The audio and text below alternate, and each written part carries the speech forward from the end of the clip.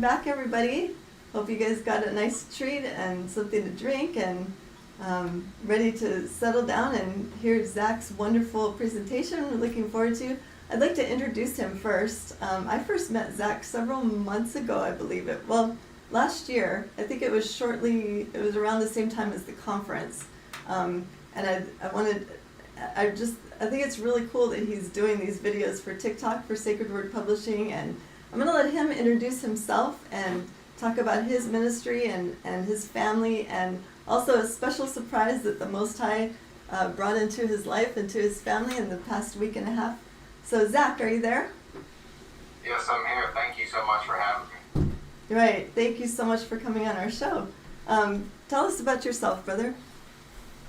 So yeah, like everyone, I kind of grew up totally deceived and, didn't know my way pretty much around the world. Really wasn't into religion. I had a pretty rough upbringing. My mother and my father were both they used drugs a lot, so I eventually got taken off of my mom, and me and my brother went to a placement and lived there for a good while mostly until I was 18. And Wow. then eventually after that, I got a job with one of the it was a schooling/home living type of thing, and I got a job there. And then I eventually just kind of moved up the chain, and I started painting commercially, and eventually finding a wife, and then having a couple kids, in which I just recently had a baby girl, added another baby to the family. Woo-hoo, congratulations! And her name Thank you is? so much. Thank you so much. And her name? Yeah, her name sorry, is? which part? I was just Her asking. name is Sophia. Yes, and explain to the group why you decided to name her that name. I love this. So yeah, I decided to name her Sophia because in Greek, Sophia was wisdom. It was the word for wisdom, and so I am all about the hidden mysteries in the Bible and the ancient wisdom. And I love how Solomon really sought after wisdom. And that was his one thing, that he wanted wisdom. And I believe he was given that wisdom. And if you look throughout all the wisdom texts, it reveals who the Holy Spirit is, I believe. Oh, for sure. That's a great name for your daughter. I wasn't aware of some of this that you shared just now about your past. Now, how did you decide to get into making TikTok videos for Sacred Word Publishing? So I was a follower of Zen for so long.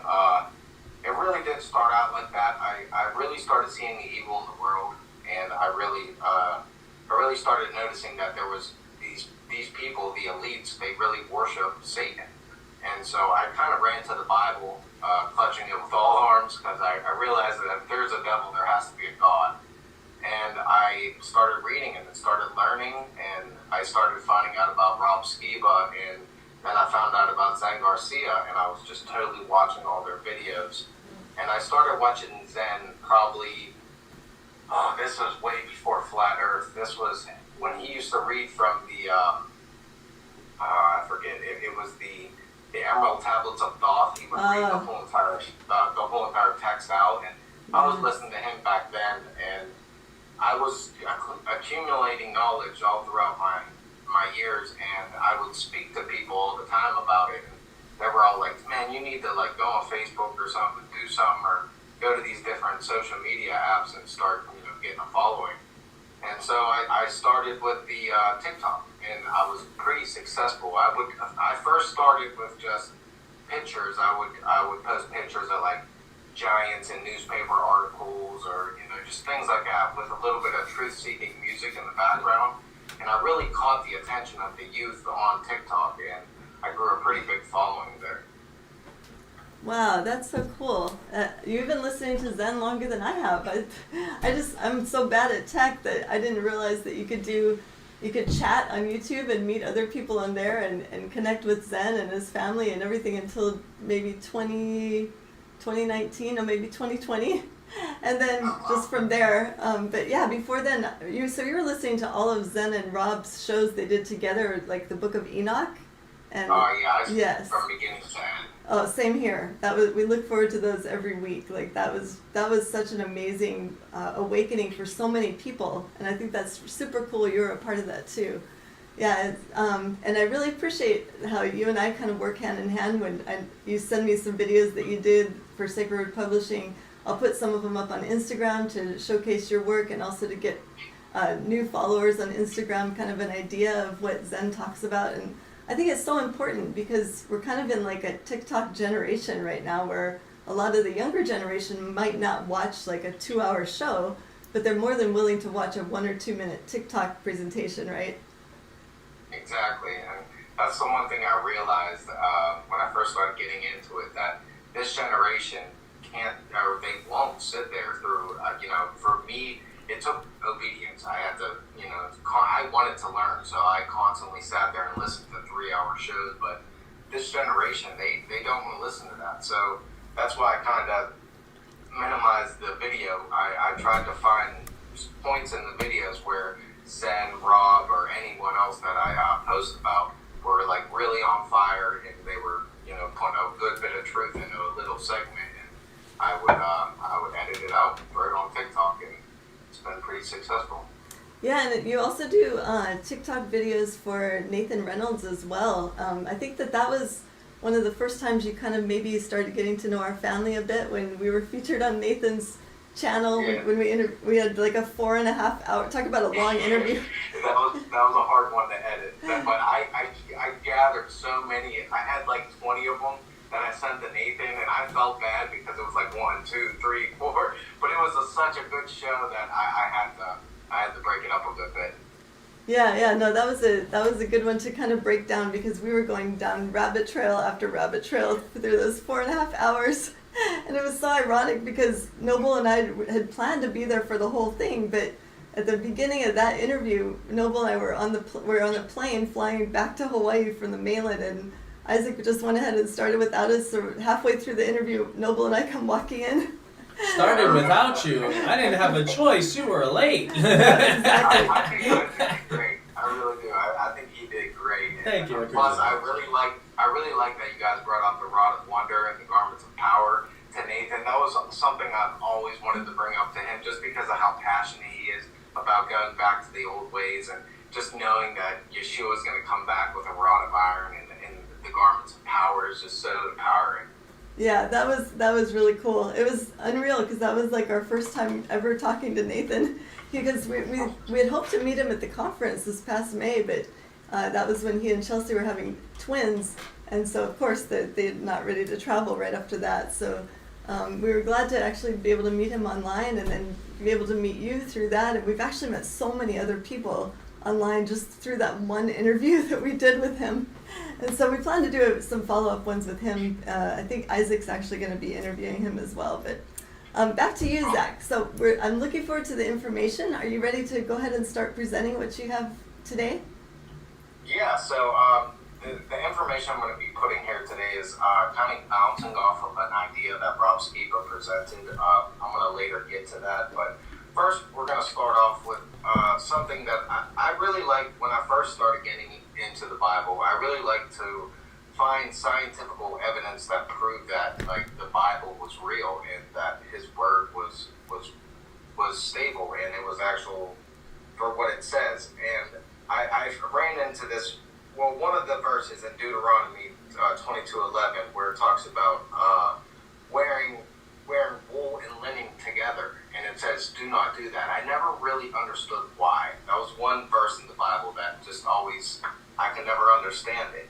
But then I read this article that a doctor named Heidi Yellen did a study on fibers, and this was the conclusion that the human body has a signature frequency of 100.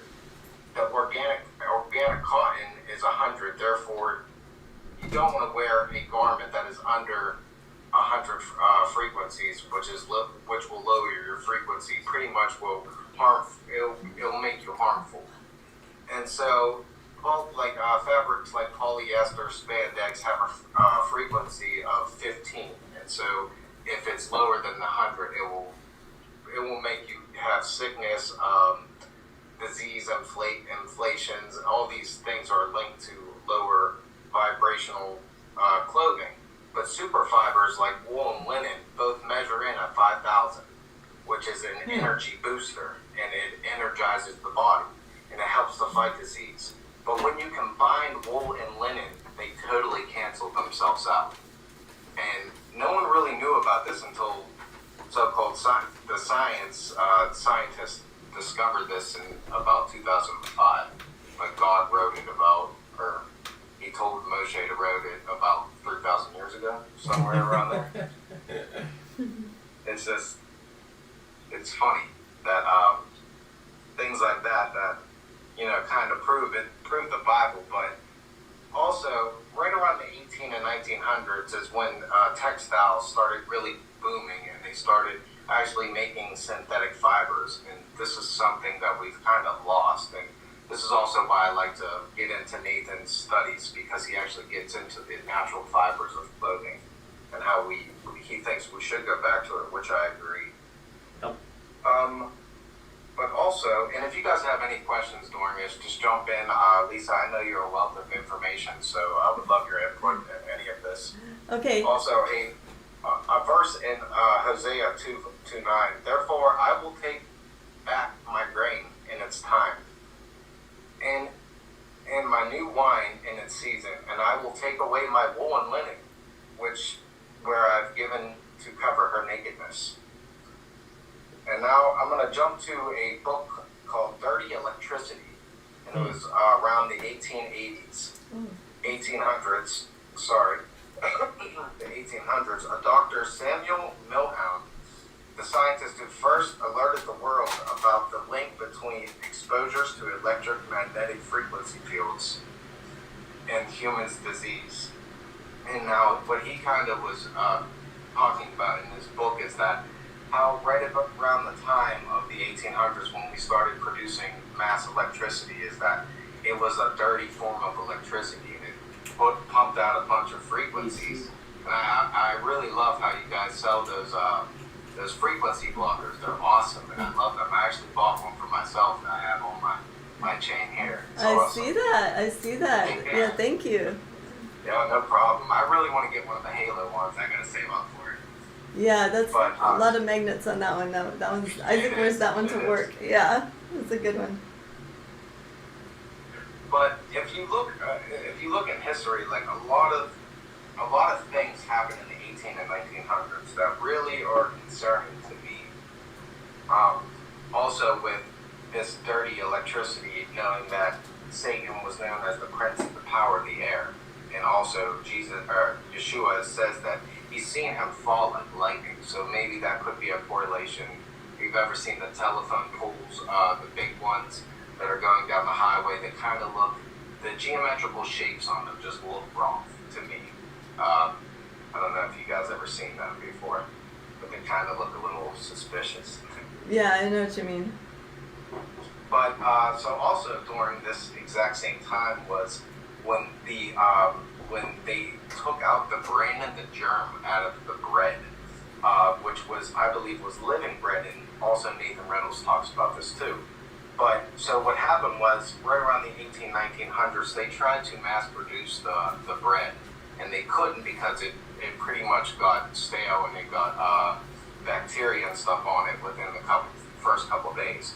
And so they realized that if they sift the brain and the germ, which they've been doing this for thousands of years, but to mass produce it, they sifted the brain and the germ out of the flour, leaving pretty much dead flour.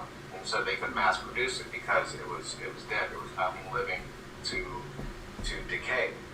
And right around that time, they started steel rollers, which pretty much vibrated the wheat berries so hot that it bursted out the bran and the germ. And the bran and the germ are the outer layer.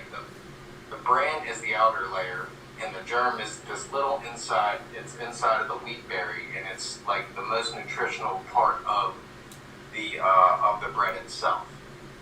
And since the early 1800s, pretty much, unless you're milling your own bread and making it within about 3 days, you're eating dead bread, which is really, really bad for us in a lot of linked to a lot of diseases out there. Also, in the 1800s, we get the mass production of rubber soles on our shoes. And so before this, we used to mostly wear like leather shoes, which the electromagnetic field, whatever you want to call it, it flows through that leather going into your sole, knowing that the feet have the most pores on your body. And so when you go out grounding and stuff like that, you're absorbing all those natural minerals and stuff. Yeah, I've seen that pictures of the ancient shoes, even the ones that like the Romans would wear.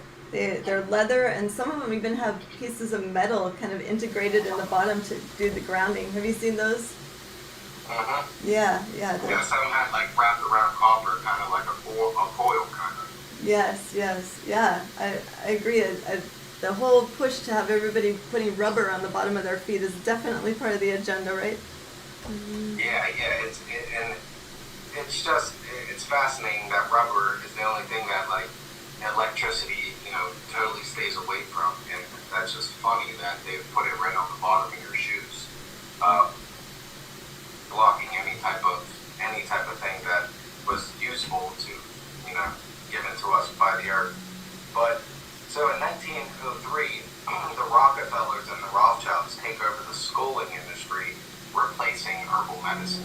If you've known through this research, they totally took over all the colleges and the schools and replacing the study of the herbal medicines and putting in their pharmaceuticals for their companies. And so it's all around this time frame that all this stuff starts to happen, and at the end of it, I'll get to the conclusion why I think it all happened in this time frame. But also we have the evolution theory in Darwinism with Charles Darwin and his theory that we came from monkeys, which I don't subscribe to at all, because there's just no proof, especially in the fossil record itself. So now getting into the dinosaur thing. Now this one was a little hard for me because, like everyone, we've been told this thing since we were kids that there were dinosaurs. You go to the museum. I'm from Pittsburgh, PA, so we have the Carnegie Library or the Carnegie Museums here, which are pretty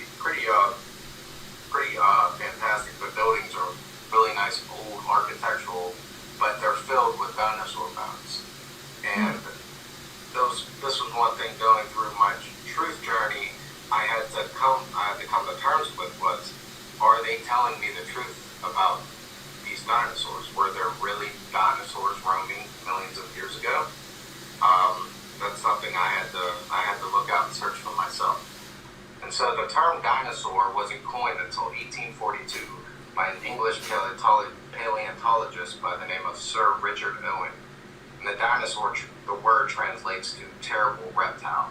And so it's weird because when I first looked into it, I wanted to see if, because I've been to the museums a lot of times in my life.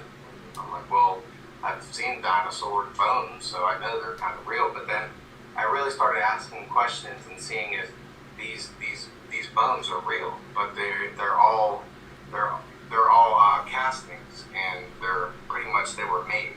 They don't show you the real dinosaur bones. They're supposedly locked in a vault somewhere that only people with PhDs can go see. So right. Also, some of the first dinosaurs that were found were kind of a couple teeth, pretty much like a couple teeth, but it wasn't found until 1854 by Ferdinand van der Hayden or something like that. But it wasn't found until 1854. But the term, the word dinosaur was created in 1842. So they had a word for the dinosaur before they ever found evidence of it. So that just kind of was suspicious to me. Also, with when kind of the golden rush of dinosaur bones, which was called the Bones War, with these two paleontologists that were pretty much robbing each other, trying to get the best dinosaur bones, and it just seemed very very, very, like, something was going on there. Looking more into it, we see that the one thing that I could never understand was why in all of history was there never a discovery of a dinosaur until the 1800s? I mean, you have thousands of years of world history, and we don't have any discoveries of dinosaurs at all. I've only seen a couple ancient depictions of what maybe could have been a dinosaur, but those, you would have to vet those pictures out and see if they're real or not. But also, like, the Native Americans, they never mentioned dinosaurs in none of their legends. They never found dinosaurs. And also, all around the world, you have farmers, railroad workers, road workers, ranchers, hikers, never finding dinosaur bones. But the only people that did find dinosaur bones were people that had interest in finding them. So that was very suspicious as well. Also, the same time this happened was Darwin was trying to prove his theory of evolution. And so this kind of helped him prove the case for his evolutionary theory.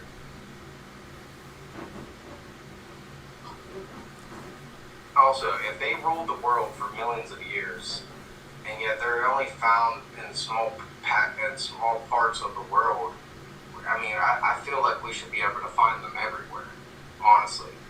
But are all the fossils fake? I really don't know. I'm not to that conclusion yet. But what if they were a cover for dragons?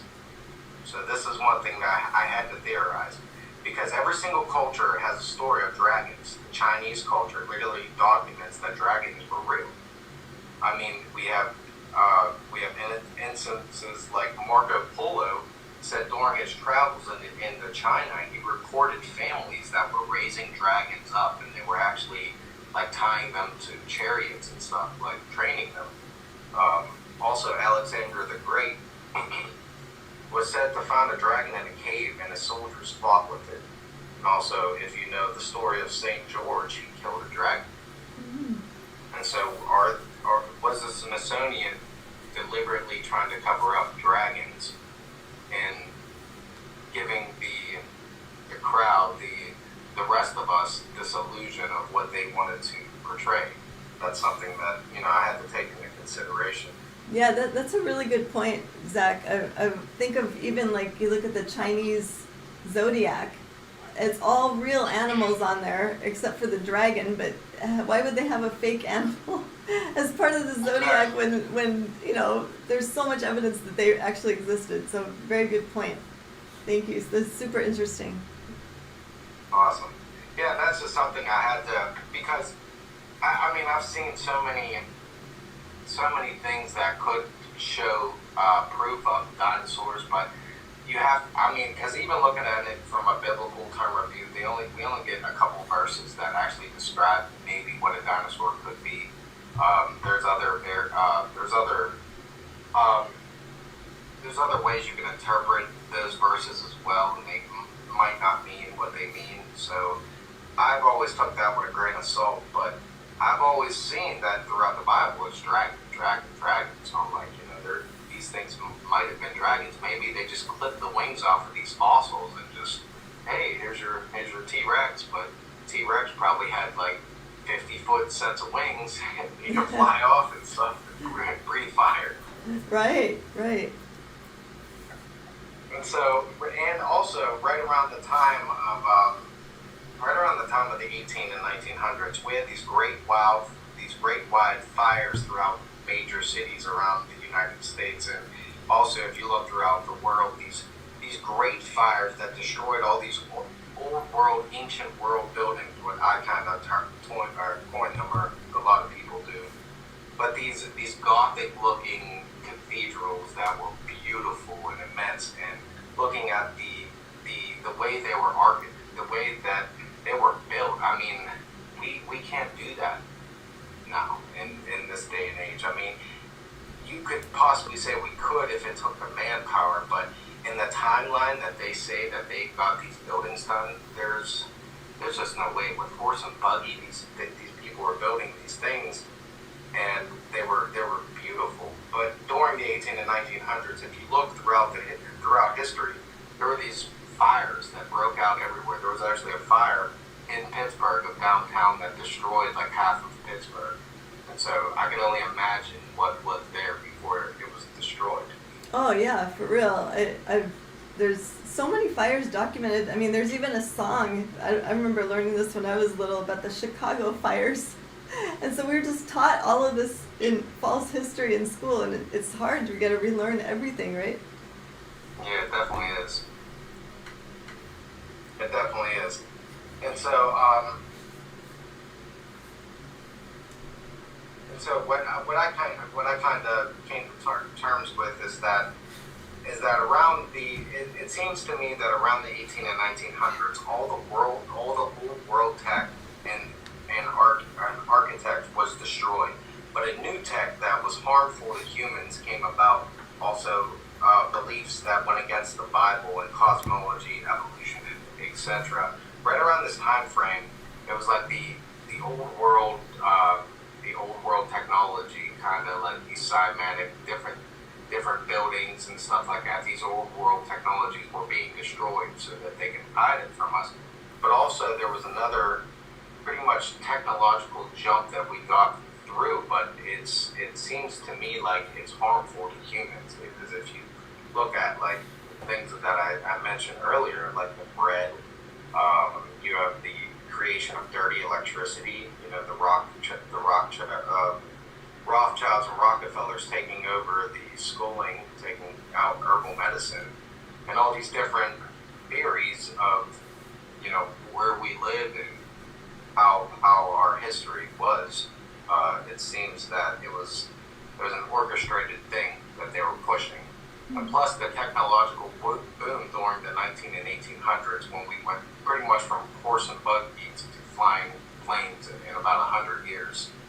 And this is kind of the conclusion where this is Rob Skiba's notes here, but have the fallen angels been released? And so if you read in the book of Enoch, first book of Enoch, 10 verse 12, and when the sons have slain one another, and they have seen the destruction of their beloved ones, bind them fast for 70 generations in the valley of the earth, till the day of their judgment and their consummation. And so Psalm 90 verse 10 defines a generation as 70 80th by strength. And so if you do the math, 70 times 70 is 4,900 years. 4,900 years away from 3000 BC takes you to 1980, which is right around the time where all of this crazy stuff started happening. Wow, I like it. I'm horrible with numbers, so my ears perk up whenever anyone's doing numbers because I want to hear what you came up with. But so 1980, that's amazing. So 1980, so that would bring you right around the closing around the 1900s. So right around the time frame of all this stuff happening, all these theories and the inventions that were harmful to us, it seems that maybe the fallen angels were released in that time, and that's why we have this technological boom of this knowledge of how to fly planes and all these different things.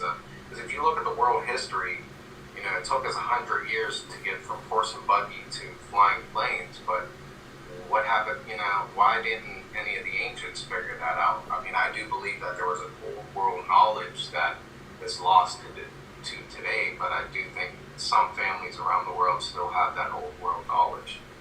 Yes, in your opinion, would that include the flying machines as well that we see in like pictures and that seem to have like loading docks at these ancient buildings with the spires, kind of like the Empire State Building? I don't know if you've seen pictures of that, but to me that's pretty amazing, the tech that they had before. Yeah, if you look like you were saying, right around that timeline, they had some pretty decent tech. And even if you get more ancient, I mean, you read in the Vedics, they talk about like a flying saucer pretty much and how to build one. So I do think that there was an original from the fallen angels during the days of Jared.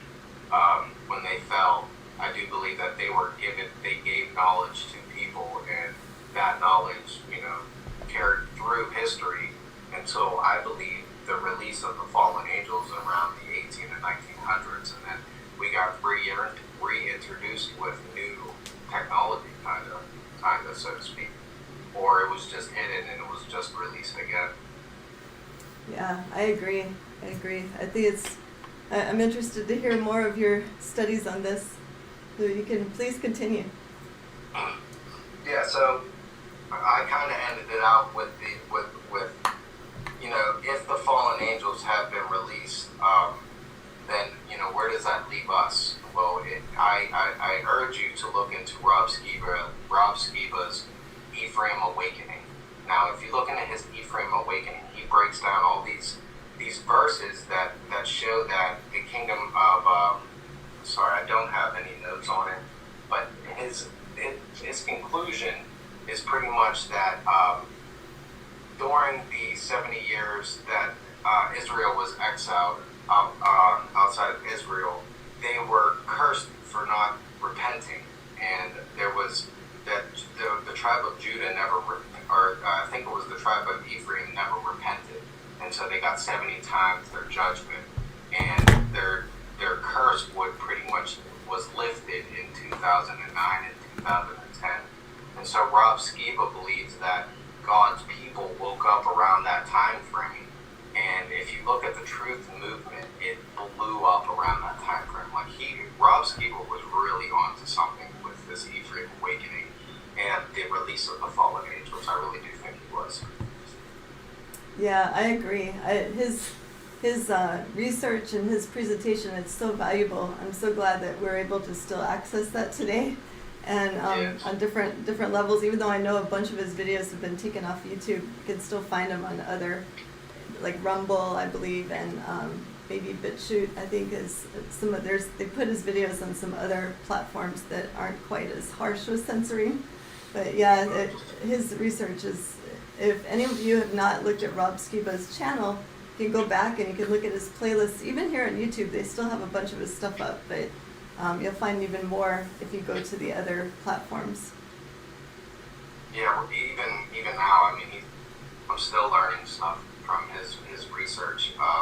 He also sells, I think over here. He sells on his website. If you go to his website, he sells DVDs with all of his YouTube videos like on there. This is the Testing the Globe. This is all about the biblical cosmology and the way our shape of the world is. Did But you? This is probably like, sorry. No, I was going to ask. Did you go through when he was awakening to our true cosmology? Did you go through that whole study with him back in, I think, 2015? It was. Yeah, I was hand in hand right there with him. I even remember when Zen was like, it was brought up to Zen's attention, and he was like, well, I'll look into it, because I do remember when Zen would read from the Sumerian cuneiform tablets, it talks about, like kind of like space travel. It sounds like space travel, and the Anunnaki came here to get gold, and so he would read those things, and I know that was something hard for him to get through, but we see now the fruit of what came about. Oh, yes. Once he did, because he unlocked something. Zen Garcia, his research with the Book of Enoch, for 500 years, no one understood the chapters of the heavenly luminaries. No one really understood that, because they were all putting their heliocentric worldview onto that text, and everyone was getting it wrong. Zen was like, well, you know what? He's such a truth seeker, and he likes extra biblical texts. And he went back to all these ancient texts, and he went to the Book of Enoch first, and realized like this has been hidden for the past 500 years. Wow. Yeah, I was right along there in 2015. I had just discovered YouTube in 2014. So by 2015, when everybody started waking up to our true cosmology, I was right there too, and just watching video after video and sending it to my friends, and just trying to discuss it with Noble and with Isaac. And it was a time of huge awakening to the cosmology. But like you're saying, in that whole flat Earth movement, it seemed like there was a lot of a lot of people who were making the videos and they weren't connecting it with scripture as much as like Zen and Rob. And that's what attracted me to their research, just because I wanted to have it connected to scripture so that anybody who believes the Bible would be able to research it only using the Bible. But then, of course, you go to the extra biblicals with First Enoch and all the other ones that mention it even more clearly there, unless you go back to the Hebrew, of course, in the Bible. But I love it that Zen and Rob did that study, just because that in particular really opened my eyes to how much knowledge has been hidden from us in the extra biblicals. Was it similar for you, Zach? Yeah, definitely. Their Enoch, when they wrote, pretty much started in Genesis and they went all the way through into Enoch. That was some of the best commentary I've ever heard on those books, because especially with Zen's wealth of knowledge, bringing in all these extra biblical books, it was totally it blew my mind away sometimes, even with Rob's study and how far he went into the belief of the Nephilim and looking into the ancient giants, and how he realized that the ancient mythologies of all the world, they all told the same story about these things coming down, mating with women, and creating these hybrids, and they were worshipped as gods, and he kept connecting it. And so when those two got together, it was awesome. It was honestly awesome, and it really sucks that stopped, but we do have their testimony still preserved, and that's one thing that I try to keep their ideas and their visions alive through my work. Oh yeah, we appreciate that so much, Zach. When I watched some of your other videos and was like, okay, I just knew that you were kind of on the same track as we were, as far as your awakening and the information that you've been studying. It's very similar, and I agree. The truth movement just seemed to like go into full force after 2015, when a lot of us had awoken to that was like the piece we needed to put things together with our true cosmology, right? Because without that, it's hard to understand. Like, I wouldn't have been able to understand those 10 chapters either in the book of First Enoch without understanding our true cosmology first, you know? Yeah, exactly. Because I read the book of Enoch before I got into Flat Earth, and I mean, the parts where, the fallen angels and the giants, that was really interesting. But as soon as it got to those verses talking about the sun going around and, the moon and how the celestials and the luminaries move, and I just couldn't get it. So I'd read it, but I'd kind of power through it, just not really trying to pay attention. But now coming back to this research, with a new cosmological worldview, it's totally mind-blowing. And then especially reading through just the Bible, I mean, I can't see it any other way. I mean, knowing it all it takes is a historical fact that the authors of Scripture had a different cosmological worldview than we did. I mean, 500 years ago, mostly everyone believed that the Earth was flat, and a lot of people now, they want to debate till the sun goes down. But it's if you believe in the Bible, you have to understand that the authors of Scripture did not have the same cosmological worldview as you did. It's just a simple fact. Once you realize that, you can start making sense of these verses that talk about a star coming down. They didn't think that these stars were big balls of gas. Even Right. Yeshua tells us that all the stars will fall down to earth. Well, if, like Rob Skiba said, if one of these stars come down, we're done. So who cares about the Antichrist? Who cares about all these other things? If one of these stars fall down, it's over for us.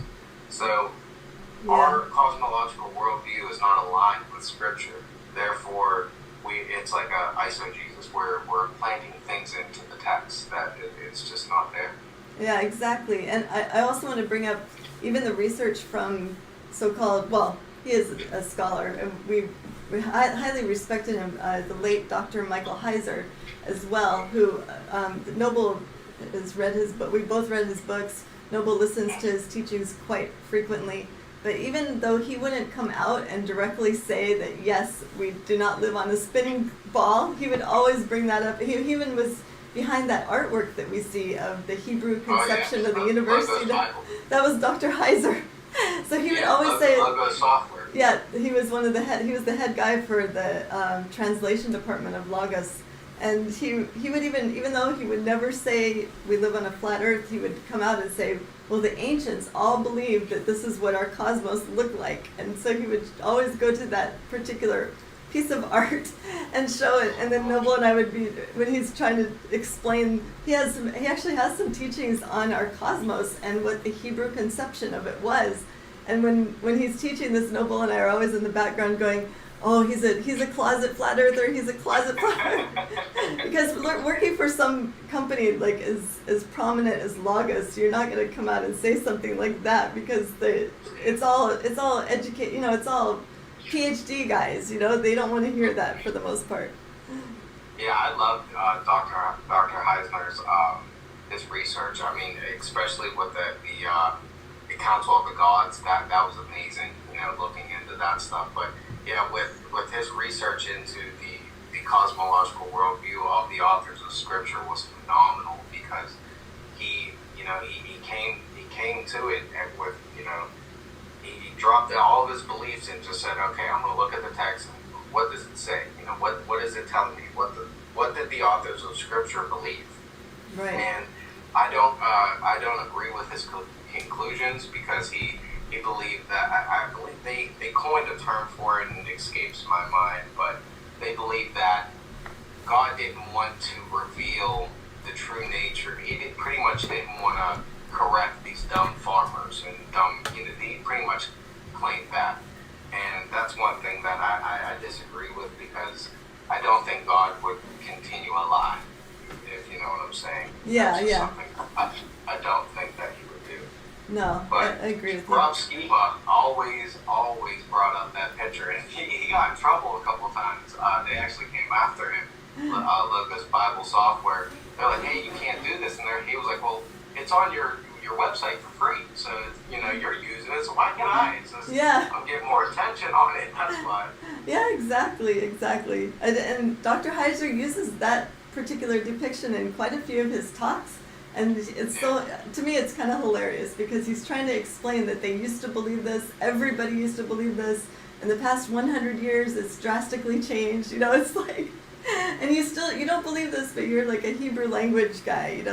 It just, to me, it's just kind of humorous, because it's kind of like, our true cosmology is so taboo to discuss among the so-called highly educated people at school, where people will tease those who believe the earth is flat.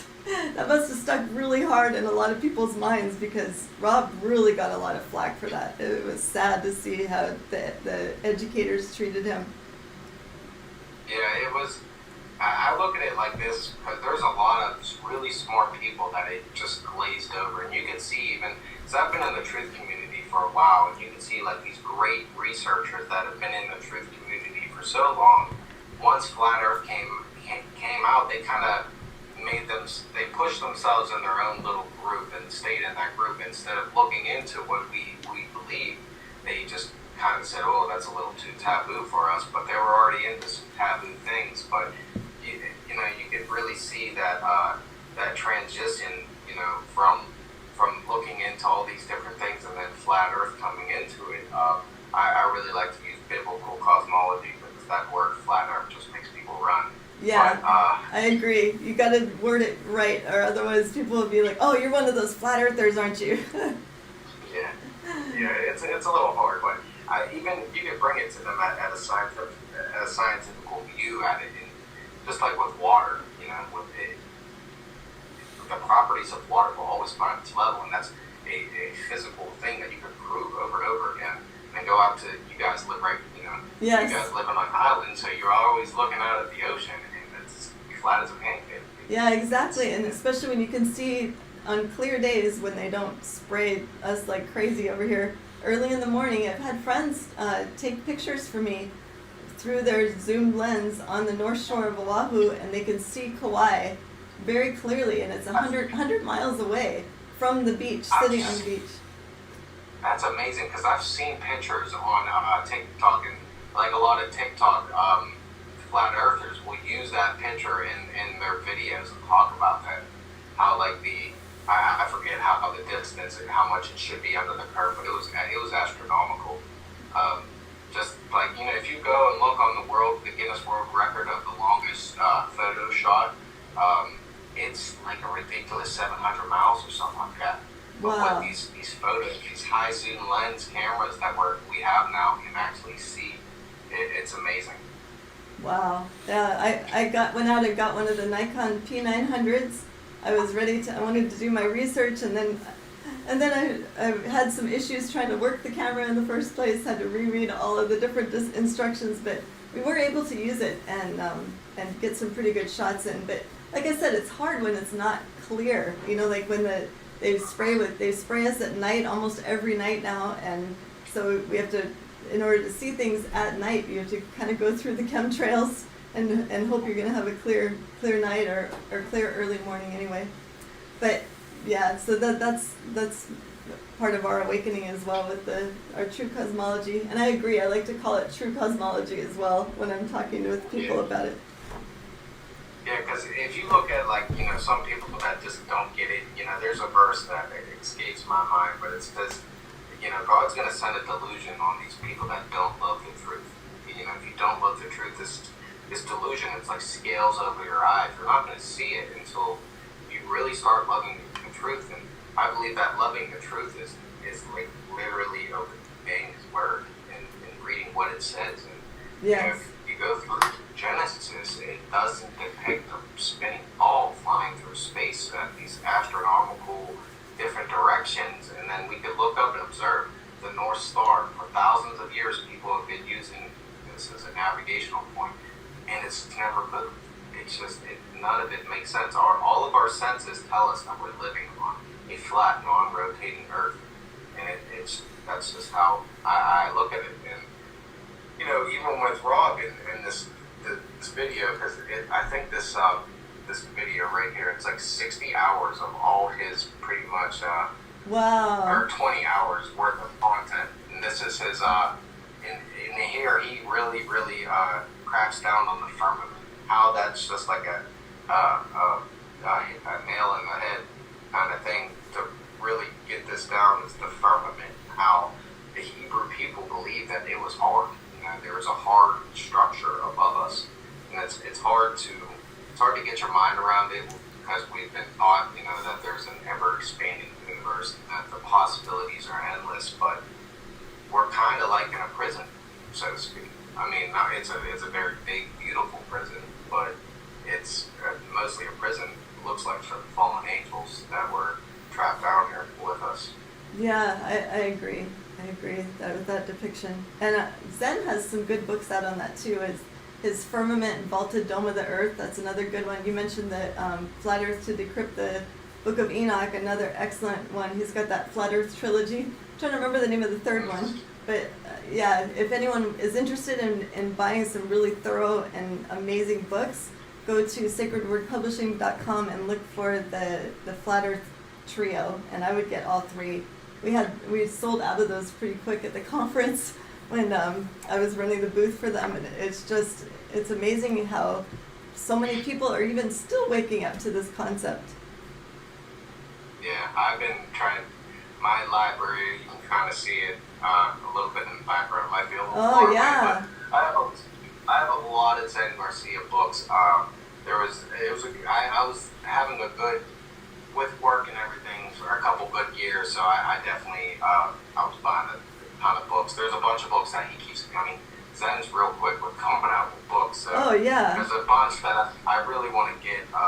Also, with the New Testament Apocrypha, I got the first two. I need to get the volume 3, which just came out. Those are amazing texts, by the way.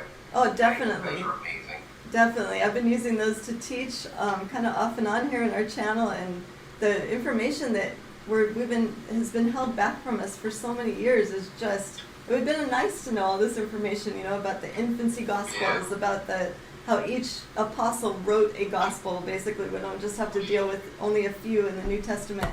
And they had apocalypses as well, like the Apocalypse of St. John the Theologian, that's grown to be one of my favorite, like, New Testament era type of books, just because it's so similar to the book of Revelation, but it gives so much more detail. Like, and by probably a similar author as well, by John, or Yochanan. Yeah, one of the biggest ones for me was the Acts of Andrew and Matthias with the Oh, city of the man. Fingers. Yes. And when I make videos for you, for Zen and you guys, I'm probably like a couple weeks behind making it because I had a lot of things happen. I just moved into a new house, just had a baby, so a lot of things are working. And I'm also a commercial painter, so I kind of want to like just paint this whole house just to get it freshened up, but it'll come in time. So making videos, I'm a little behind. Plus, I also make videos for Jeremiah Skiba at Skiba News Nation. Oh, nice. I actually help him run his TikTok account. But with Nathan Reynolds, I just help him make the videos. He actually has his own TikTok account, which I just try to help him out because he has a bunch of videos that he wanted to go through and kind of he wanted to be able to reach the youth. And that's one thing that I've been trying to help him with. Oh, that's definitely, it's so important, your ministry, just doing that, Zach, that's so important. I mean, you do so much to help out other ministries and to reach the younger generation especially. Very good. Let's hear some more of your research, brother. Sorry, I took you on this rabbit trail about flat Earth. No, you're good. No, Okay. I like, because me and you kind of, we were students of all this knowledge, so it's kind of awesome to talk to another student and like get another perspective of how the truth community kind of came up. It's really interesting seeing your perspective of Zen and Rob, and because I listen to a lot of people. I listen to Nathan Reynolds. I still listen to Now You See TV.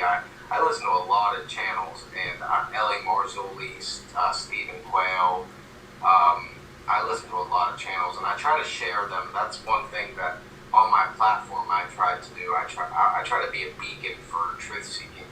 Like all these different people, I try to share their knowledge so that my following, my community can learn the things that I've learned, because I see the world and the way it's going, and my generation especially they're lost. I mean, they are totally lost, and they are just going and doing whatever, and it's such a lack of knowledge that we're going to be destroyed unless we really ramp this up. And that's why I think that the watchmen are being called right now, and that's just one thing I'm just trying to do, is that I'm trying to be able to tell my kids that I seen the sword coming, and I tried to warn the people. And Yeah. that's one thing that I've been trying to do with my TikTok channel. I've been sharing testimonies of so many people and all their information and research, trying to reach it out to the masses before before the time comes. Oh yeah, you're definitely a watchman. I really appreciate your information. I do a very similar thing on my Instagram account, and also with Sacred Word Publishing Instagram, to just try to get the information out there as simply and as short for all these very short attention span younger generation people that are not going to watch a 2 or 3 hour video, right?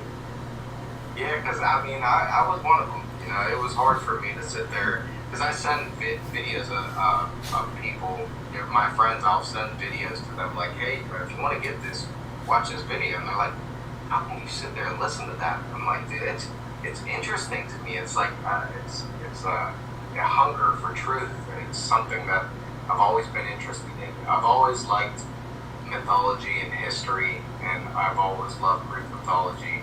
And that's why Rob was such like a big impact on my life. Was he got into the mythologies and the legends, and that the Titans of old were actually the first round Nephilim, and they actually lived, and they fought. If you read in Enoch, they fought this huge battle and killed each other, because I think it was Gabriel or Michael came down, and I think he whispered madness in their ears, and they totally fought. And the people at that time stylized it as the Clash of the Titans, which we know of mythology. People think are fairy tales when these things actually happen. Right. Another. No, go ahead. Go ahead. No, you go ahead. Go ahead. Sorry. Sorry. Another thing I wanted to bring up. So I'm a avid researcher of the Nephilim. I love looking into it. I have Rob's videos here. This is about probably 50 hours worth of research right here of all Rob Skiba's information on the Nephilim and how they might come back. It's just awesome. But also, there's a book that there's a couple books that I want to. Sorry, it's a little tight here. No, it's okay. That video series you just held up, I believe I went through that whole thing back in 2015 when I was waking up to so much. I remember my son Isaac and my husband, they would be downstairs, I'd be upstairs, because I was in bed, I was sick quite a bit in 2015, and so I'd be in bed and I'd be researching and watching all these videos and everything, and I'd come out of the bedroom and I'd announce to them the latest thing I'd uncovered. And I remember Isaac at one point, he's like, Mom, you gotta stop with this. You just keep blowing our minds, and you just gotta stop with all this craziness. It was overload, like, because it's like I believe it, but it's also like, oh my gosh, it's too much. Like, yeah, that's what happened when I first watched the Rob Skiba video. It was like a total overload, and I think I watched him for like a week straight, and then I realized I needed to take a shower, like actually go back to my day-to-day life. But it was hard to get all that knowledge that kind of out of my head. But hey, Zach, for the people. Oh no, I'm sorry. But also, no, sorry. But also another kind of time when I like had a truth explosion, kind of like you were speaking about, was during the COVID lockdowns.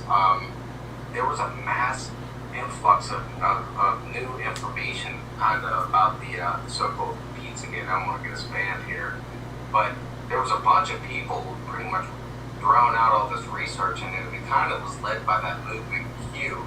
Now I look at that, I don't know how you guys look at that movement, but I kind of look at it. If you look at this government document called Operation Trust, it's kind of like the government's pretty much puts in someone to rile up the people, give them a little bit of truth, but then also gather them all up, kind of, so to speak.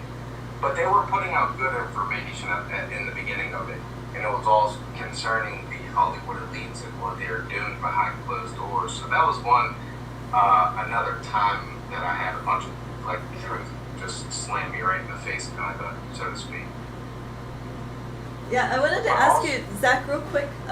There's some requests in the chat of, could you give your information? Someone's asking, I know you do have an Instagram account, and if you could give your TikTok and Instagram account information, and any other way that people could, if that's the best way to get in touch with you, or if they have questions, maybe you could just give your information, how to reach you online, and what your platforms are, please. Yeah, no problem. So, you can find me on Facebook at Zach Lewis. It's kind of the same picture you see up at the beginning of the video.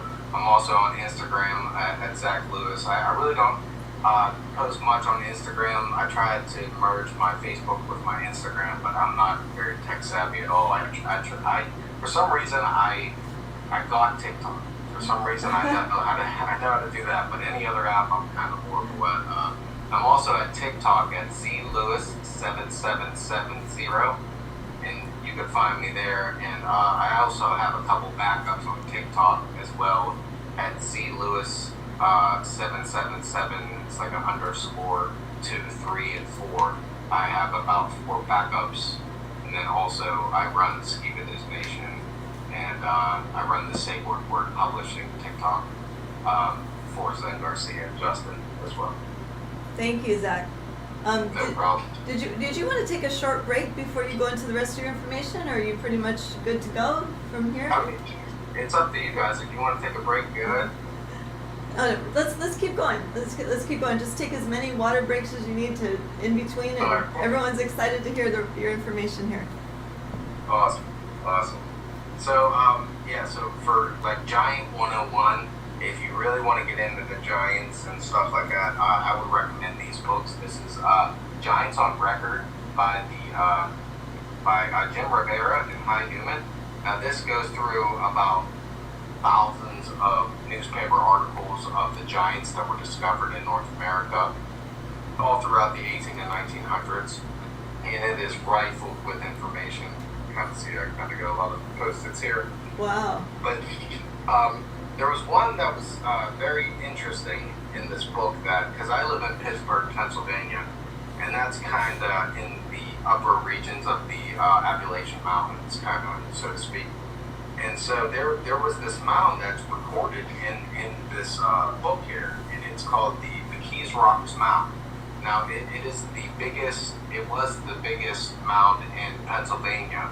And when the Smithsonian came in and started digging it up in the 1900s, as they were digging in their documentation, they said that they found giant bones that were of giant proportions. Now, the Smithsonian totally swept it under the rug, and they demolished the whole entire mound, and they ended up making a baseball field.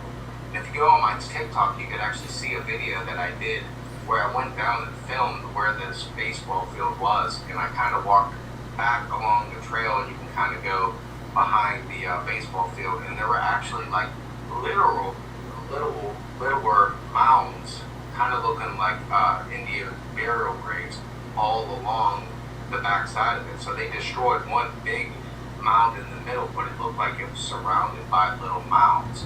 And it's just so interesting that if you read in the Indian legends, they claim that they never built these gigantic mounds that were all around the world, and also all around the United States. If you look there are many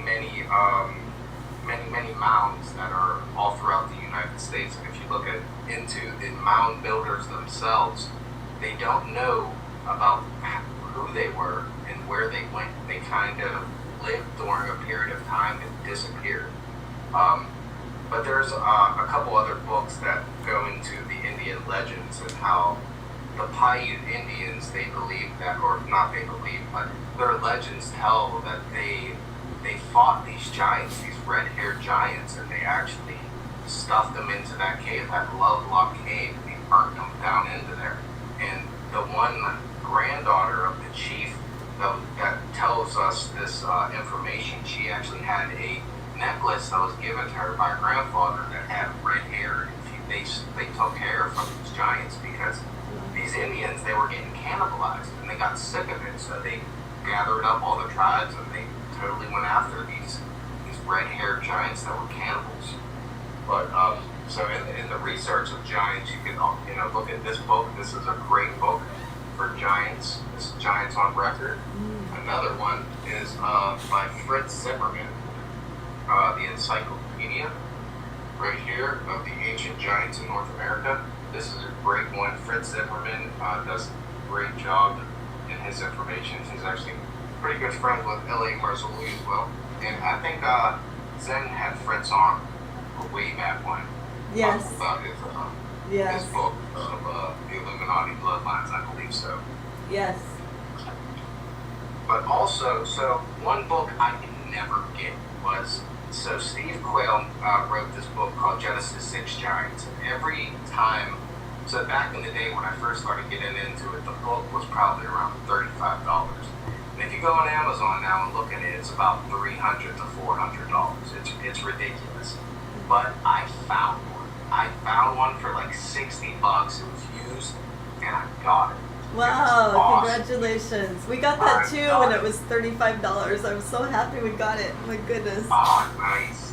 Yeah, because I was messaging a lot of people trying to find it. Because when you're into giant research, this is the go-to book. I mean, everyone quotes this book. Everyone wants this book. And it seems that when the government or the people in power, when they don't want you to know this type of knowledge, or they don't want you to read these types of books, it seems that they jack the price up astronomically for these books. And if you look at another book that I really want to get my hands on is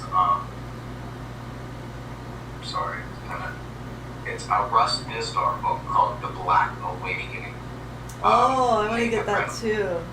Nathan Reynolds talks about it a lot. Go on and see how much that book is running for about $3,000 to $2,000. It's ridiculous. Wow. And it's just like, okay, so they're like, you're making a book this expensive. I'm like, I really want to read that book now. Oh yeah, just like the. Have you heard of the Dictionary of Demons and Deities? I call it the DDD.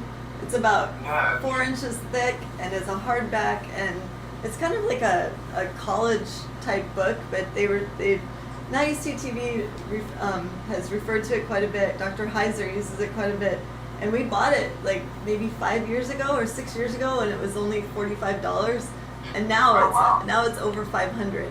It's so Oh, it's jeez. and it's out of print. So I think that I agree with you. They do this for especially to books. It's like the modern day book burning, right? Yep, it definitely is the modern day book burning because they know, one, that people don't really read anymore, so they just jack the prices up a little bit. No one's gonna buy it, and eventually they're just gonna go poof and fade away. Because I know my Amazon list, I have so many books that are that say like one more left, and you know what I mean. There's only one more in this whole entire Amazon system, but like I guess I pick out the most mysterious kind of books, I guess. Yeah. Oh yeah. It's and I look on eBay a lot and some of the other alternatives to Amazon, because sometimes you can find things for a little cheaper there, but for the most part it's tough to find these, and it's so important to have paper copies too, like you do. Exactly. Yeah. Exactly. That's one thing that I agree with Zen. That, well, going through Zen's research, he kind of instilled that into my head that, one day we're not going to be able to have. One day they're going to start deleting these off here, off all these websites and stuff, and we need to actually have these hard copies. And I don't know if you know, but Disney just bought the rights to the Bible. They bought rights to certain portions of the Bible. Really? I didn't know that. You swear I showed you the Yeah, video, look man. into it, man. They buy. Well, you I didn't sent know it you to could your buy the other- Bible, but I mean, I guess if you got enough money, you could buy anything. But Oh my goodness. I heard that they bought shares of it or something like that, and I just can only assume what's going to happen when they start printing out their own Bibles for their own stories or whatever. Oh, for It's sure. just- For sure. No, go ahead. I just want to. There's a comment in chat. Sherry says, "I visited Monk's Mound, Cahoica Mounds near St. Louis, Missouri, as a youngster. That there was a museum with bones on display there, but they're all gone now." So kind of along the same lines we're talking. I'm really interested in what in that video. I remember seeing that on your TikTok channel of you going and exploring the area with the mounds. It's so cool when you can do in-person exploration too, right? Yeah, it is fascinating because as soon as I found that out, I was like, wait a minute, that's like 5 minutes from my house. So I ran down there, and the spiritual tension of being down in that area was telling, because I was with my son, and the first time I had my brother filming, and we just kept messing up, and the wind was really blowing hard, but I just had this pit feeling in my stomach that like something wasn't right, and so we ended up leaving and coming back on a better, clearer day, and you can kind of see in the video it changes days, but I came back and the sun shining, and I felt better because I really prayed before I went there. I didn't bring my son there the next time, or I think I did, but I really prayed up before I went there, and we had a decent shot that time, and that was when I kind of went back, and you could see if you go up on the hill, they were right next. So Pittsburgh has 3 rivers. The 3 rivers, they converge into one to making the Ohio, and they go all the way down to the Ohio River, all the way down to the Mississippi. But they had an advantage point of these 3 rivers, so they were seafaring people. So these people, and if you look into the research of many other people, but knowing that America used to be called the land of the plumed serpent, and looking at all these different cultures, they worship the serpent as their god, their knowledge-bringing god. And these people were cannibals. That was one of the things that came with them, was cannibalism. If you look at the conquistadors that went down into the Mayan temples and stuff like that, when they went down in there, they were horrified at what they were seeing. They were seeing meat markets like being sold around. It was really disgusting. But these were the fruits that you get from these serpent worshiping cultures. And it's just, with the Nakash, you totally are consumed by this stuff in a wanting for blood. And if you see in Genesis that that when God curses the serpent, he curses him to eat dust. We see that it was made from dust, Adam. I mean, you see why that they have this bloodlust of cannibalism. I never put that Because they were- together. Wow, I never What'd you put that say? together. Oh my goodness. Okay, Oh, you just blew my Zen mind. brought that up to me years ago. Wow. That's great. Yeah, bloodlust. Yeah, we were made That's why from the they're dust, and the cannibals. serpent was They're cursed not with eating dust. He was cursed with eating us. That's why what we were just talking about the city of the man eaters. They were totally consuming people's blood. Wow. Wow. Yeah, if you look at that, the Bible tells us that the life, the soul essence, is in the blood. So, why do you think Abel's blood cried out when it was spilled on the ground? His blood was literally crying out. So, I definitely, once I realized that the serpent's food was us, that started all these different doorways of, Pizzagate, spirit cooking, all these different things that the elites are into. You even look into history that there were a bunch of people into this stuff. There was a Queen Elizabeth, I forget when I don't know when she lived about in history, but she used to go down to the town's girls and she would get girls and bathe in their blood. Oh. Because she believed that she would look younger if she bathed in their blood. And if you look at some of the skin products in today's skincare stuff, most of these things have this aborted baby fetal tissue and different body parts and just things like that are disgusting. But they know that these things, this is the soul essence, the life essence that, I guess it gives you not an immortality, but it, I guess, knocks a couple years off of what you're looking for. If you see some of these celebrities that are like crazy old that you don't see it. They look like they're 30. And, Yeah. You gotta really look into. I don't want to say these key terms on here. I don't want to get you guys banned, but you can look into the white rabbit and. Yeah, thank you, Zach. Thank you for being mindful of that. I just wanted to touch on this too. You made me think of this. Now, it's because the serpent is cursed to eat dust, which is humans. That's going to be backwards during the marriage supper of the Lamb, right? Because I always wondered why it's so significant that the saints will basically fillet Leviathan, right? So we'll be eating Leviathan. I was just about to say that. The saints eat Leviathan because Leviathan, you just go chills all over my body. Oh, that's amazing. Yeah. That is amazing because he's kosher, supposedly. Leviathan is kosher because the end-time remnant eats him. Yeah, exactly. I think I've that. never put that together. Like, as soon as you were talking about it, I'm like, wait a minute. The end-time remnant eats Leviathan. Yeah. That's amazing. No, I just thought of that when you were talking about how the serpent was cursed to eat us, and the serpent's seed, basically too, right? Like the offspring we know as Cain, and the descendants. If you follow Gary Wayne's work, and all throughout the history, there were a serpent cult that sacrificed using blood, but also they ate their victims. And Yes. So if you look through all throughout history, these giants, these red-haired giants, they all came with cannibalism. Right. Right. Even looking at the Mayans, they worshipped Quetzalcoatl, and he was their sun god, but they sacrificed to him daily, and they would consume the flesh, and that was. And if you look, there's an older book. I think I brought this up in a not Ask Me Anything. I think it was a Patreon Ask Me Anything for Sacred Word Publishing. I brought up that there's an old Spanish Bible called the Alba or something like that. It's an old Spanish Bible, but it depicts Cain and Abel's story and how kind of Cain kind of right when he pretty much killed his brother. The way he killed him was he bit him like a serpent in his neck, and they actually depict it. And actually, in the Apocalypse of Moses, it actually says the same thing, that Eve had a dream that Cain was drinking his brother's blood, and Cain people cried out to him and says, please, don't drink it all. Don't, take all of my blood. And he pretty much drank it all, so to speak. Well, he's part serpent, so that kind of makes sense. Yeah, definitely. And, I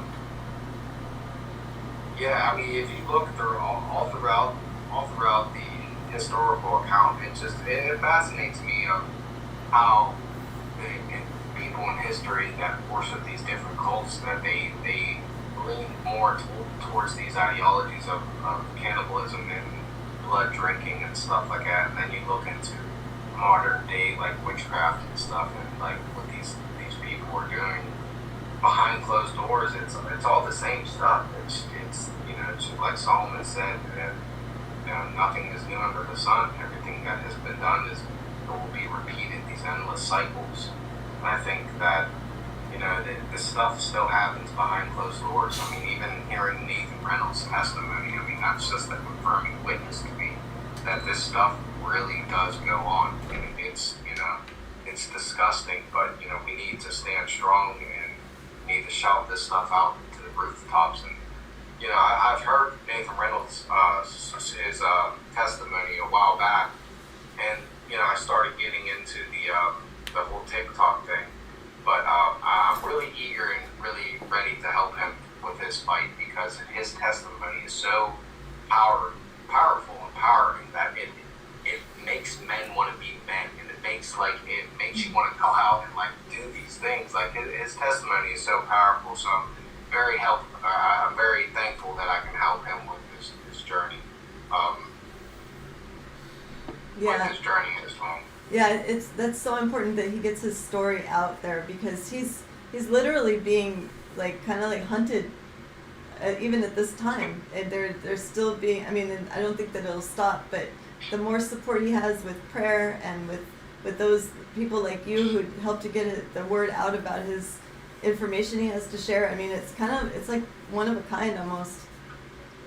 Yeah, honestly, and you read his book. I mean, he tells you the encounters that he's had with his family, and yes, it's amazing the things that he endured and went through, and from him coming from a hitman point of view, he was a legit hitman, and when they encountered him, he didn't fight.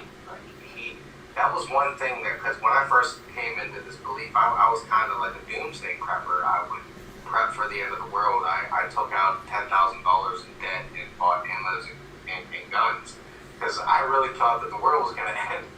So, I was like, screw you, J.B. Morgan. I'm taking $10,000 and I'm buying a bunch of guns and ammo. And with his ministry, it really helped me to realize that I can have all the guns and ammo in the world, but unless I'm in covenant unless I have a good relationship with my Father, I'm shieldless out here. Yes. I don't have my sword with me if I don't have him with me. And that's one thing that I realized through his testimony, is that he was able to wage a war without those carnal weapons. He was able to wage a war with the weapon, the sword of his mouth, and it's powerful. It is powerful. I mean, I feel a lot of times when he speaks that fire come out. It's powerful, man. It definitely is, and you can see throughout all these different truth seekers throughout this movement. You can feel that. You can really feel that when they really start speaking and they get into it. It comes out, and it's awesome. Yeah, I'm not trying to captivate that. Yeah, we can hear that in your testimony too, Zach. I think it'll be good. For those of you too that are listening, we're going to have Zach come back again next month. Isaac and Zach will be corresponding up until that show, and they're going to have a similar talk to what Zach and I are talking now, but I think it'll be more of your testimonies too, because I think you and Isaac have a lot in common, just like what I was thinking about Isaac and Nathan. Even parts of Nathan's story are very similar to Isaac's, and I think you could probably relate with that as well, Zach, just hearing a little of your testimony. Yeah, I've had a rough upbringing. I mean, it was rough for me before we got taken.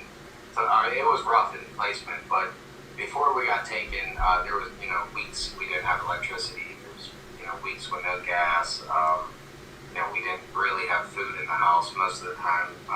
My dad left when I was really young, so most of the time when my mom, she was on drugs most of the time, and the food stamps that we got, she would sell them. So, I was 13 years old, and I had to eat somehow. So, Wow. me and my brother, we'd go steal, and that was the only way we really knew how to feed ourselves. Wow. We had friends that would help us a lot, and our friends, we kind of grew this bond together that was like a brotherly bond that really couldn't be broken until like death. And we really grew close to these brothers. We were kind of like a gang because we stole cars and stole out of cars, and we did a lot of bad things. But that was one thing that I needed to learn. I needed to learn that for some reason, and I can't say that now that I sit here. I do believe I'm a better man. I don't steal cars anymore. I have a job, and but I did spend a lot of years getting caught. I got caught for stealing cars, and I sat on house arrest for probably 3 years. And I was in juvenile detention centers for God knows how. I remember there's a place in Pittsburgh called Schumann Center. It's for like kids that get into trouble, and it's kind of like a juvenile delinquent center. And I remember I was in there for probably a month because my mother couldn't get the electricity bill on, and it was bad. And all these kids were in there, they're like, "Oh, I did this, I did that." I'm like, "My mom can't pay the electricity bill." Oh my goodness. Yeah, because with the That's house terrible. arrest thing, you had to be hooked up to electricity, and if it didn't happen like that, they'd keep you in there. Wow. Goodness. Yeah, I was pretty institutionalized my earlier teens, kind of later teens. There was a couple times family members came in and they actually got us out of placement and they let us live with them. The one time was with one of my aunts, and I lived there, and it was kind of a rural area. It was really nice. It was nice to see like a normal setting, not like, because I lived kind of in a rougher area in the city of Pittsburgh. So kind of moving out to that rural area, it was really nice. But then I guess, life got hard. I totally understand, so she had to get me back up and kind of went back to the placement. And then another aunt of mine took me and my brother, and we lived there for a while. And then, it's been a hard upbringing. I've dealt with a lot of things. My dad was he was a drug addict, and he was also an alcoholic. And when I was younger, there was different times in my life where God like kind of did these lessons with me, where like I could sit here and like, oh, poor me, I went through all this stuff, but it made me a better person, and it made me who I am today. So I would definitely go back and do it again if I had to. It's a lot of hard nights, but it's something that I know that I can get through because of where I am today. Do you feel like? Also, I was just going to ask real quick. Do you feel like that the rough times you had in your upbringing, did that was that like kind of key to have you start questioning things like the government, question what we've been taught in school?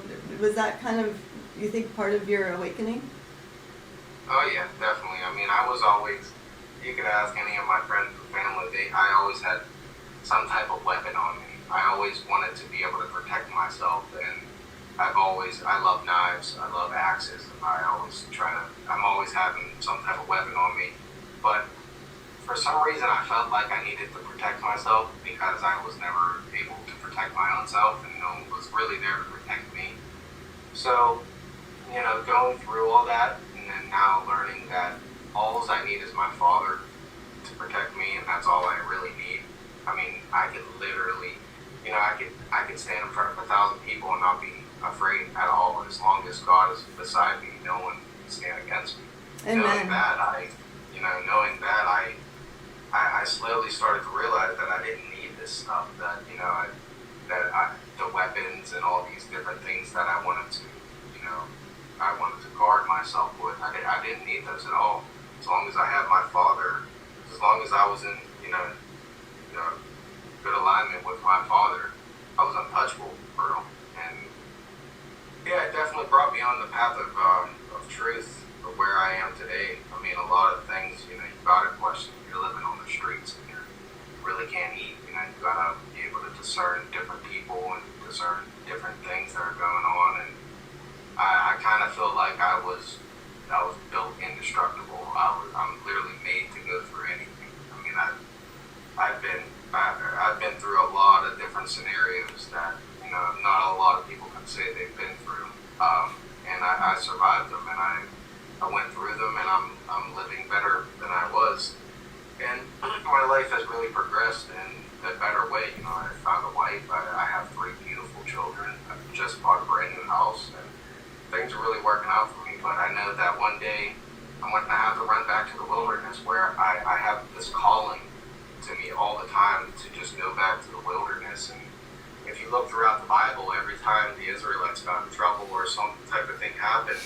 they went to the wilderness. And I feel like there's a special type of like treatment that the Father gives us, like just like with the Father and the Son, He teaches His children.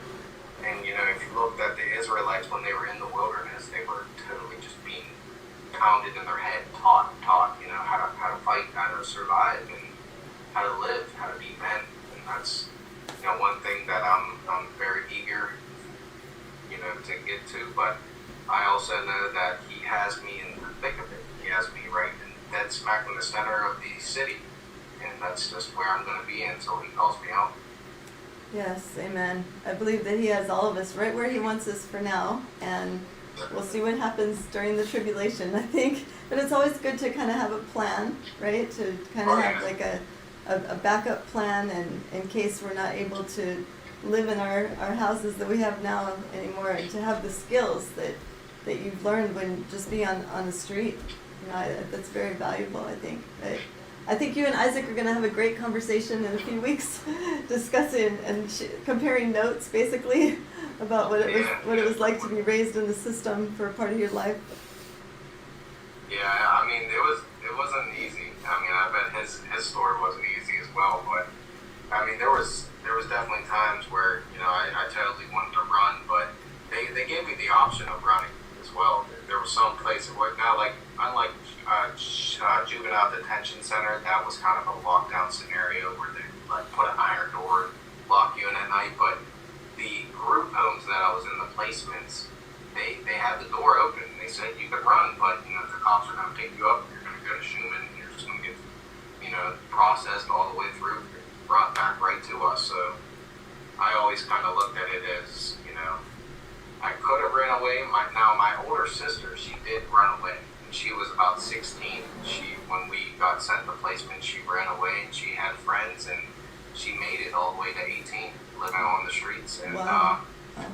Yeah, it really didn't turn out that good for her. She ended up spiraling downwards and kind of getting into drugs, and it took a really hard toll on her because of my earlier childhood.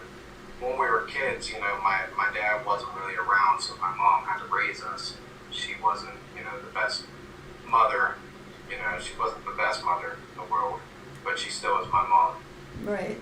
So my sister had to step in, and she had to become the mother figure, and she really did. There was a lot of nights we didn't have food, and she would come around, and she would help out, and she was there raising us, being our mother, and it was a real stress on her. And eventually she got into drugs, and it was too much for her, and she killed herself. Oh, wow. And, yeah, Sorry to hear that. But it's okay. It's like I said, for some reason, when I was younger, it felt like death was following me for some reason. Because when my dad died, it was kind of around the same time my sister died. Really, when my dad died, it was hard because he would step in and out of my life, but really he wasn't there. So it was way harder for my sister that was like a bonded of something that I was bonded to, and we struggled. When you struggle with someone, you create this bond that it's unbreakable, and it really was hard for me going through my sister's death. And then for some reason, it was like death was following me. That summer, two of my best friends that died in the same year. Oh my goodness. One was tragically murdered, murdered at a bar. He was shot, pretty much gunned down in front of the bar. And then the other friend, he was on his way to work, and he got a flat tire on the highway, and a semi truck pretty much swept him under and took him. And wow. yeah, it was a little rough at that point. It was like I was questioning life. I didn't know where I was going, and the one thing that pretty much saved me from going down this path was this research. It was looking into the Bible, and once I caught on to this research, I finally found like that. I found why I was supposed to be here. Like, what am I here for? Why am I here? What is this all about? Why would you put me through all this stuff? Why would I be put through all this stuff for what? And I really believe it was so I can withstand. If you read throughout the Bible, it says endure to the end, endure to the end. I'm like, man, that's me. I'm doing it. That's right. It feels like too, like the enemy can't know the future, of course, and he can kind of know who the Most High has his hands on from a young age, and who feels like they're seems to be like especially protected, if that makes any sense. Like with Isaac, as you're telling the story, I'm looking at Isaac going, this is like you, because he experienced a lot of loss in his life, especially among his friends throughout his life. And and I'm so sorry to hear about your sister and your dad too. It seems like the Most High protects those who he knows has the potential to become a watchman.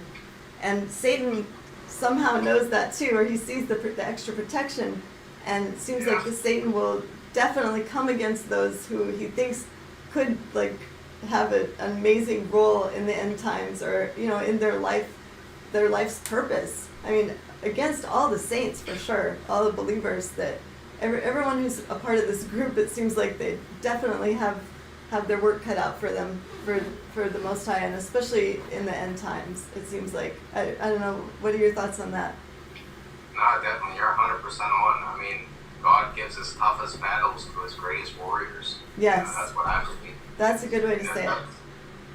That's how I kind of looked at it, and also we're told that in the book of Hebrews that Yeshua he learned obedience through suffering.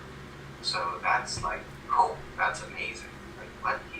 So through his suffering, he learned how to be obedient. And that's one thing that when I was younger, I was a rebel. We used to go and break into houses, and we would trash parties, and I loved the fight for some reason. I really liked it because it didn't hurt me. Getting hit in the face, it kind of like made me want to fight more. And when I had that group of friends when we were younger, we used to always just fight each other just to get each other, because we knew that if we fought each other enough, those butterflies would go away. That you get a butterfly, any type of stressful situation.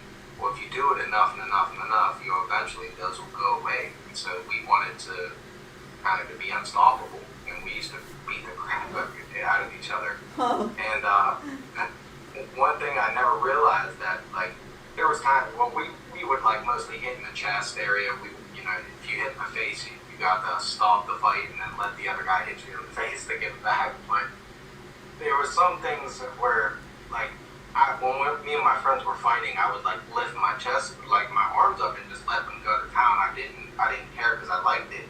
It was just weird, and I didn't really understand or know until later on that I got into a car accident with my mother.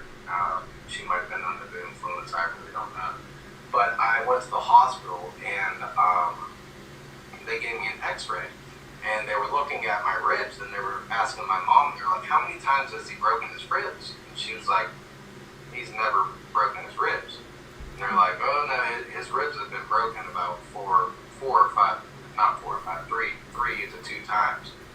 And she was like thinking in her head, like, what could have caused his ribs to break? And she kind of remembered back when my dad lived with us, he used to get really drunk, and he would sit on top of me and punch me in my chest. But when I was a kid, I kind of thought that was normal. I didn't really know that it was it was kind of like, you know, he might have been just taking his anger out on me or just too drunk. I really don't know, but supposedly he broke my ribs a couple times. And also they found that I had 3 missing discs in my lower back.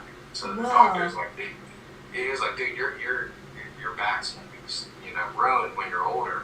But then like he's looking at the way my ribs kind of grew back, and he's like, it's like the way there was like cartilage that grew around, or some type of calcium or something that grew around my rib cage, and it like condensed them. He was like, you have the biggest set of rib cages I've ever seen. He was like, and they're strong and they're durable, and he was like, they're actually supporting your back.